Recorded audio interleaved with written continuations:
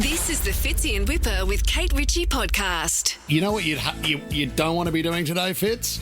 You don't want to be filming in Palm Beach. That'd be my tip of the day. Do you know what? I'm over this. I'm not happy. Ooh. And we need to ask her if this was her decision or not. But after 33 years, Irene is leaving Summer Bay. Lynn McGranger, welcome to the show, you beautiful. Hello, Lynn. Thank you, guys. You are a Thank queen. you, Jess. Thank you for having me. Hey, Lynn, what do you do on a day like today when it's bucketing down and you might have a story? Well, you turn up and you just hope that there's a break in the weather. Is this a song, isn't it? Yes, you hope that there's a break in the weather, and if there's not, then they might say, well, we'll pick this up, but Lynn, you can wait till the death. You can wait till it's finished because we need to shoot your scene, and then you wait and it doesn't clear and you go home. Oh my God! And then they pick it up down the track. Right. It's just one of those things where we're a slave to the weather. 33 years. Can you tell us some of the sayings that Irene has brought to Summer Bay over 33 years, Lynn? Well, she says girly a lot. She says flippin' a lot. Flippin' out. Flippin' heck. Park your bum, girly. You and me need to have a chin wag. Oh, God, it's good. I can't believe I get to sit a metre from you and witness that live.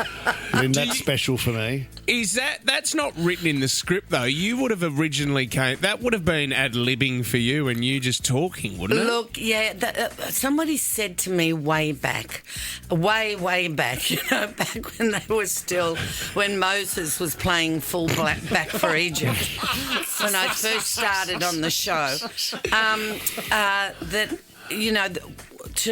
in a show like this, if you have an idea about your character, then run with it. Yeah. And if they don't like it, you'll be out the door real quick.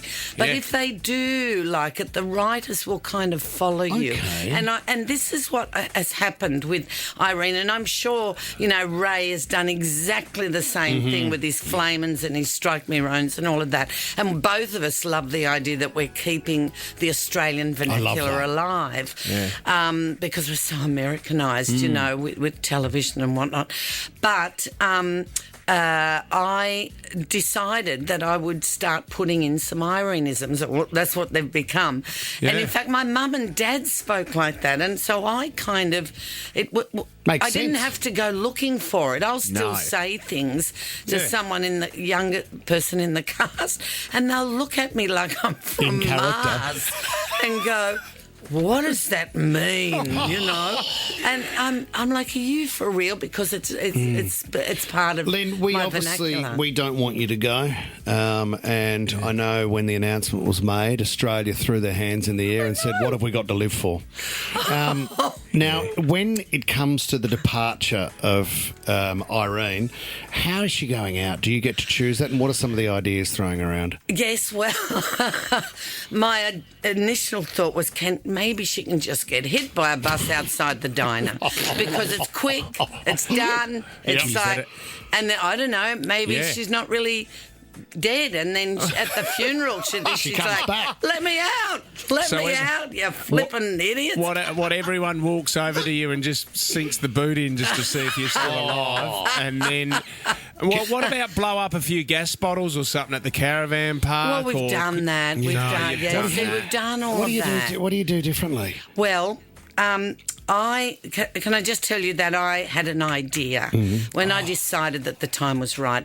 I had this idea for what I think is a terrific storyline, and I went to the writers, and normally they're like, "Oh, quick, lock the door! Here she comes." She's on the way. Last time she came, she wanted Irene to get abducted by aliens. It's just not.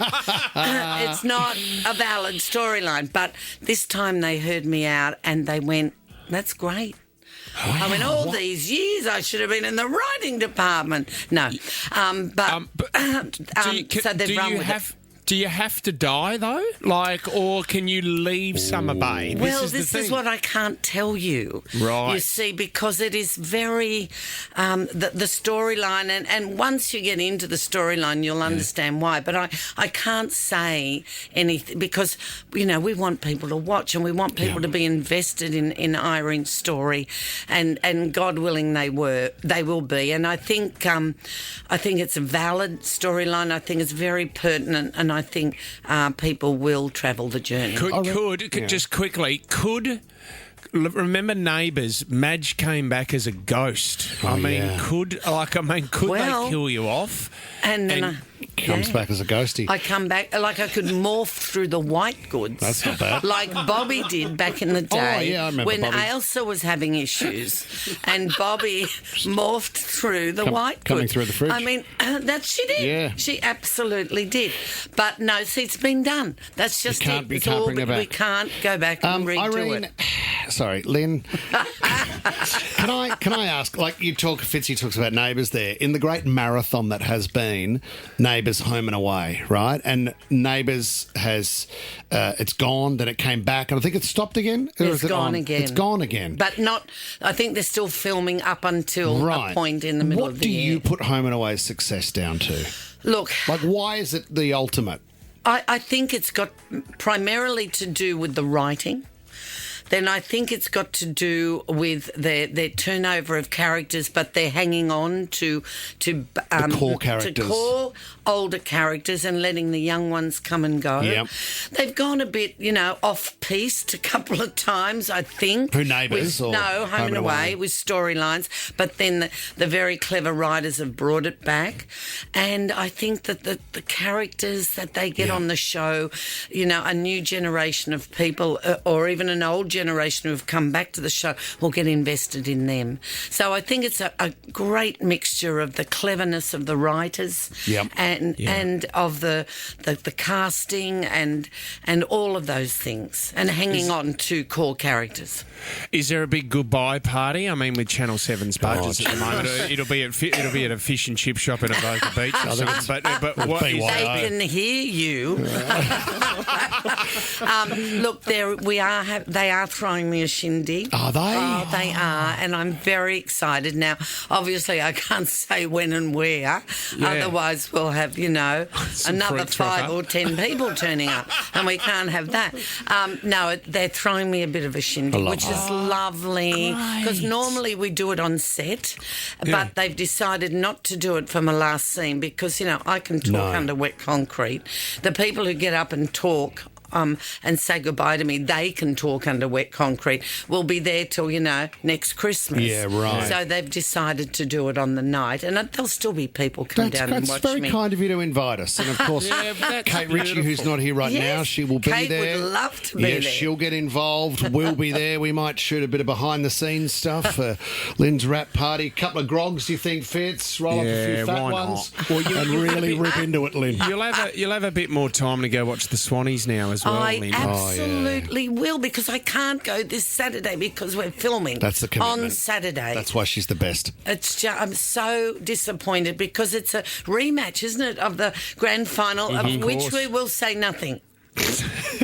That's not in the Do storyline, is not it? talk about the GFs. About a football we team don't. dying? God. Lynn, I don't know Hang what in you're there, more Lynn. nervous about, finishing up on Summer Bay or the game this weekend. But hey, it's not over for us. This is not the last chat that we're having. no. With Oh, Lynn no, McGrath. no. You are one of our favourites, Lynn. We absolutely adore you, and you don't realise, and we've had Kate on this show. Kate as well, and she talks about. You come into people's lives. I don't think you understand this as much, but like Tom's wife Inga is addicted to Home and Away Every night. I love it. Yeah. Do you know what? You've played a huge part in people's lives, Lynn, and we love you for that. Thank you so much, Fitzy. And I have loved, and I want people to realise how blessed I feel that I have spent 33 years, best part of half my life. Yeah. Doing Home and Away, playing Irene, and she has brought so much joy to me and my environment. My dear friends that I have made on the show have brought me so much joy, and the public and the fans and all of that. So I don't want to belittle it in any way, but I just want people to understand that for me the time is right.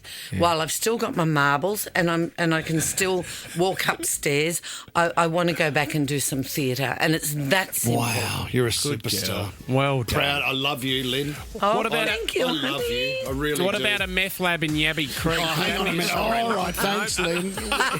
Fitz in Whipper with Kate Ritchie is a Nova podcast. For more great shows like this, download the Nova Player via the App Store or Google Play. The Nova Player.